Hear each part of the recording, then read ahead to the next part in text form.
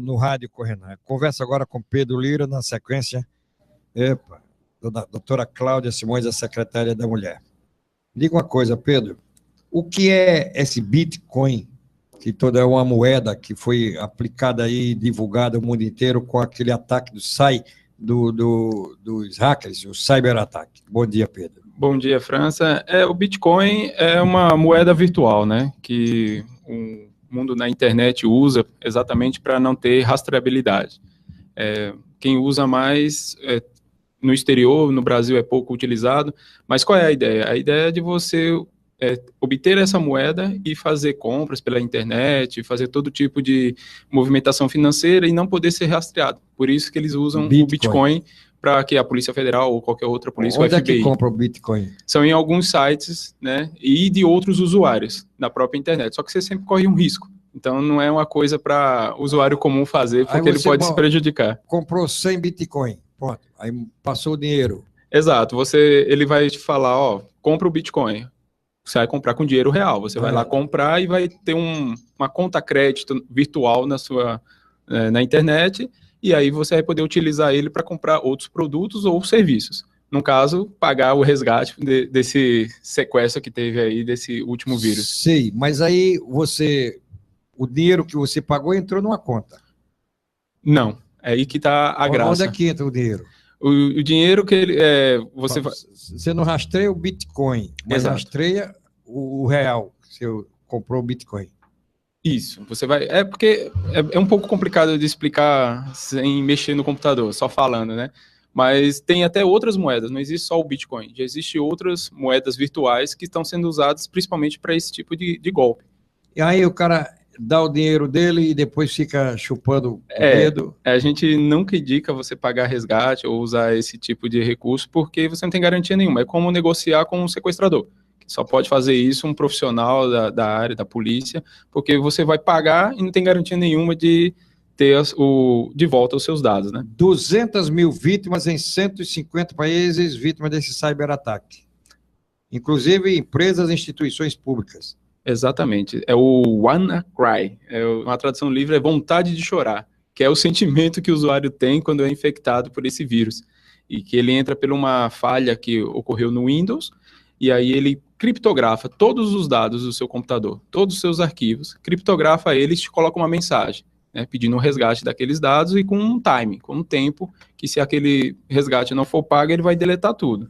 Só que, como a gente estava dizendo, não adianta você pagar, que é possível também que você nem recupere esses dados também. Aí como é que você faz para se livrar disso? Pronto. Em março, a própria Microsoft já tinha se atualizado, colocado uma atualização para o Windows, já para evitar a falha que tinha nela. Então, o que aconteceu é que muitos usuários não atualizaram o Windows, não mantêm o Windows atualizado, não tem um antivírus também, e cometem um erro gravíssimo, que é assim, como é que esse vírus entrou? Foi um e-mail enviado para alguém, ou para várias pessoas, quer dizer, e aí esse alguém foi lá e clicou nesse e-mail e abriu o anexo. Quando abriu o anexo e não estava com o Windows atualizado, o vírus infectou aquele computador e se propagou pela rede. Então, imagina, numa casa, numa pessoa física, ele só tinha um computador dele, só ele teve o problema. Agora, numa empresa, que nem teve lá nos hospitais da Inglaterra, teve aqui instituições do próprio Brasil, em que dentro de uma empresa, um usuário qualquer que abriu o seu e-mail, pessoal ou não, dentro da empresa, e clicou nesse vírus, ele infectou o computador dele e todos que estavam ligados na rede. E aí você viu o tamanho do problema que deu. Como é que faz para se livrar disso? Para se livrar, não, para se prevenir. Para se prevenir manter o Windows atualizado. Tinha muita gente ainda usando o Windows XP, que tem mais de 15 anos, 3 anos que já não tem mais atualização. O ideal é estar no último Windows 10, Windows 8, atualizado. A atualização do próprio Windows é gratuita, só a mudança de versão que você paga. Manter atualizado basta que você tenha um Windows original. Então, a própria Microsoft sempre publica de mês em mês ou 3 meses, ou quando tem alguma necessidade, patch de segurança. Então, você só mantém ele atualizado, você já resolve a maioria desses problemas. Tem um antivírus, tem antivírus gratuitos e outros, você resolve outros problemas, que tem outros vírus também, não é só esse. Esse só chamou atenção pela quantidade de pessoas que ele atingiu ao mesmo tempo. E eu sempre aconselho que, além de você ter esse procedimento de não abrir e-mail de pessoas desconhecidas, não abrir anexo que é suspeito, ou clicar em links, né? Todo mundo recebe aquele e-mail do banco que você nunca teve conta, dizendo que você está com débito, e as pessoas são muito curiosas, vão lá e clicam. Aí, nesse clicar que ela está autorizando, vamos dizer assim, a sua infecção. Então, não fazer isso. E uma quarta, vamos dizer assim, proteção, que aí serve não só para a questão de vírus, mas também até para perda acidental de dados, é você ter um backup externo, né? Ou um HD externo, ou um que a gente chama de HT virtual, que fica na nuvem, que aí você compartilha no seu computador, todos os seus documentos você joga nessa pasta, e além de estar no seu computador, ele também está num servidor externo. Aí vamos supor que o seu computador pegou fogo, quebrou, caiu, alguma coisa. E aí você não consegue recuperar seu HD. Mas a partir do momento que você novamente tem um computador, você acessa a sua conta que está online e baixa todos os seus arquivos de novo. Sim, isso, mas não tem custo, não tem uma empresa que você não...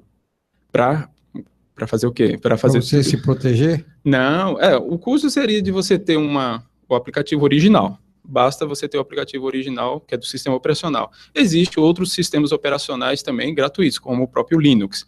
Só que para o usuário final é difícil dele utilizar, não é tão amigável, apesar de ter interface gráfica e coisa, mas as pessoas estão mais habituadas ou acostumadas a usar o Windows. Já para empresas, o ideal é que ela tenha, assim, o seu suporte de TI, ou as pessoas que prestam serviço para ela, possam orientar o melhor da sua necessidade.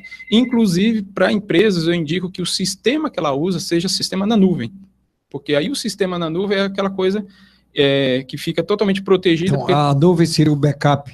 Mais do que o backup, o próprio sistema dela estaria na nuvem, e aí, se os computadores dela forem infectados ou danificados até de propósito por algum agente, ela pode sempre acessar seus dados de outros computadores. Então, é o que o Google vem vendendo há alguns anos, que o ideal é você ter tudo na nuvem, porque os servidores lá são servidores mais protegidos, sempre atualizados, com proteções, aquele chamado firewall, que é a barreira de fogo, para não ter invasão, para não ter problema com vírus. E aí, vamos supor, você está com o seu notebook hoje, acessando o seu sistema, acessando seus dados, e aí seu notebook foi roubado, ou seu notebook quebrou, ou pegou um vírus. O que é que você faz? Ao adquirir outro notebook, você vai acessar novamente tanto o sistema como os seus dados online. Então, você não perde isso. Quando você está tudo fixo, tudo num lugar só, as chances de você perder ele de várias formas, por infecção, por danificar, ou quebra, ou roubo, é muito maior, né? E esse pessoal que mexe com o dinheiro dos outros, está na corrupção, como é que ele faz para manter dados na nuvem? Não, eu não consigo ensinar esse tipo de operação. Eu acho que eles já são profissionais o suficiente para fazer isso. Esses caras usam isso, né? Com certeza, eles usam o melhor da tecnologia, principalmente a questão de bancos externos na Suíça e em outros países. Aí as transações são um pouco mais complexas, é a Polícia Federal que consegue capturar. Eu sei, você é profissional de TI, aí Exato. Você entende tudo. Me diga uma coisa. Digo. Um cara como Cunha, aquele dinheiro todo é dele só, ou ele toma conta do dinheiro dos outros e aplica nesse negócio do Bitcoin, não sei o quê? Eu acredito que ele deva fazer vários tipos de investimentos diversos, principalmente por ser origem ilícita. Então, acredito que ele tem até equipe para tratar somente dessas transações, de para onde vai, e até para fazer a questão de esconder o caminho desse dinheiro. Mas a Polícia Federal é muito dele mais... e dos outros. Porque alguém diz, Cunha, Cunha, aplica por aí que eu não sei não. Parece que ele era profissional nesse ramo aí há muito tempo, né? Eita, que coisa. Bom, e aqui em Alagoas você diz o quê? As pessoas que tenham cuidado quando receber esses e-mails. Exato, é aquele procedimento padrão que já foi repetido várias vezes, de várias formas, por várias pessoas, de que você deve sempre seguir a orientação de manter-se atualizado, ter um antivírus e não abrir e-mails estranhos. Para ter uma ideia, as pessoas se enganam achando que esse vírus aí é novo, que agora fez essa chamativa e estão se preocupando somente agora. Mas existe um outro vírus que estava aproveitando essa mesma falha, só que ao invés dele sequestrar seus dados, pedir o resgate, ele fazia com que o seu computador virasse um zumbi. O que é um zumbi? Fica como um computador para ser usado a serviço do hacker. Então ele faz milhares de reféns, que esses computadores viram zumbis, e aí há um comando dele, em determinado momento, todos esses computadores atacam um governo, atacam uma empresa, atacam algum sistema. Então você tem um exército de zumbis a serviço de um hacker para fazer o mal, né? O hacker é um cara super inteligente ou é uma pessoa comum que domina tudo do computador? O que é um hacker? Um hacker é alguém que se especializou principalmente na parte de seguranças, né, de achar falhas de seguranças e de criar programa malicioso. Ele não é uma pessoa excepcional, hiperinteligente, nada disso. É uma pessoa que estudou, né, e que por tentativa e erro, normalmente quem começa na vida de hacker, na área de ataques, de quebrar seguranças, ele se prejudica primeiro. Então, é o que a gente sempre fala, você tem o computador vítima, que é o computador que você sempre vai usar, que ele sempre vai dar problema. Porque quando você começa a aprender sobre hackers, você é hackeado, né? Você começa a entrar em sites, começa a usar sistemas que eles vão invadir o seu computador, vão danificar o seu computador. Então, normalmente, quem entra nessa área ou por diversão ou porque quer fazer dinheiro de forma ilícita, ele tem vamos dizer assim, um custo inicial de apanhar primeiro, é aquela coisa, né? Você vai apanhando, aprendendo, e é lógico, se você é alguém que se dedica aos estudos de tecnologia, você não usa as interfaces fáceis que tem, vamos dizer assim, visuais, você normalmente usa aquela tela preta, somente linha de comando, e aí com bastante estudo e bastante, você faz vítimas às pessoas que você conhece primeiro, e aí depois, quando você já ganha habilidades, você começa a utilizar programas de terceiros e até compra programas desse tipo para fazer o mal. E aí vai ganhando dinheiro, extorquindo pessoas com essas ações. É possível, no plano eleitoral, o cidadão votar no Pedro Lira e o voto ir para Maneciço? Teve uma discussão sobre isso, sobre a questão das seguranças das urnas eletrônicas. É um processo bem complexo, onde o TSE disponibiliza as urnas para teste de invasão, exatamente para fazer esses tipos de proteção. Então, ela disponibiliza, tem equipes que vão lá, ela abre como uma audiência pública, então as pessoas, alguns hackers e alguns profissionais de segurança fazem as tentativas de invasão e de manipulação de dados. Só que o que eu não posso, né, falar muito sobre isso, porque existe essa discussão da segurança das urnas eletrônicas em si. O engraçado é que empresas muito mais sérias de outros países, como Estados Unidos e outros, não confiam nas urnas eletrônicas. Então, você pega pessoas com muito maior capacidade tecnológica, como os Estados Unidos e outros países da Europa, e eles não confiam na urna eletrônica por acreditar que pode haver manipulação em algum momento, e o Brasil acha que ela é a mais segura do mundo. Então, não sei entender. Eles confiam na máquina, agora desconfiam de quem opera a máquina. Exatamente, o humano sempre vai ser uma questão. A máquina humana, que é um problema, estou aqui ao lado da psicóloga, daqui a pouco eu vou conversar com ela, sobre essa máquina humana, que é complicada demais. Então, diga aí, o que você quer falar mais, meu caro Pedro, sobre esses hackers, esse cyberataque para você se proteger? Fica aquela recomendação de você sempre se manter atualizado, e quando você é uma empresa, você aumenta esse perigo, porque tem muitos usuários que você não tem um controle direto, que seria essa máquina humana, operando, utilizando seus computadores, infelizmente, para questões pessoais, ao qual deveria estar se tratando ali somente de uso de ferramentas da empresa. Então, se você é empresa, procure ter uma equipe de TI responsável que se previna, né, que vacine você contra esses ataques. E se você é uma pessoa física, siga essas recomendações que você vai viver bem. Por exemplo, as empresas Nugov, ela é uma dessas empresas?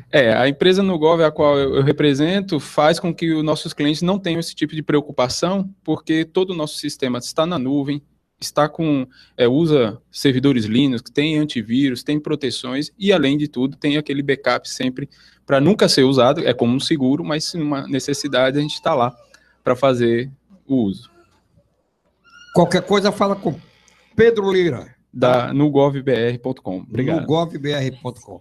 Um grande abraço a você, meu Pedro. Volte sempre, tá? Obrigado. Tchau, tchau. E atenção, ministro Fachin autoriza a abertura de inquérito contra o presidente do Senado. Eita. Fala,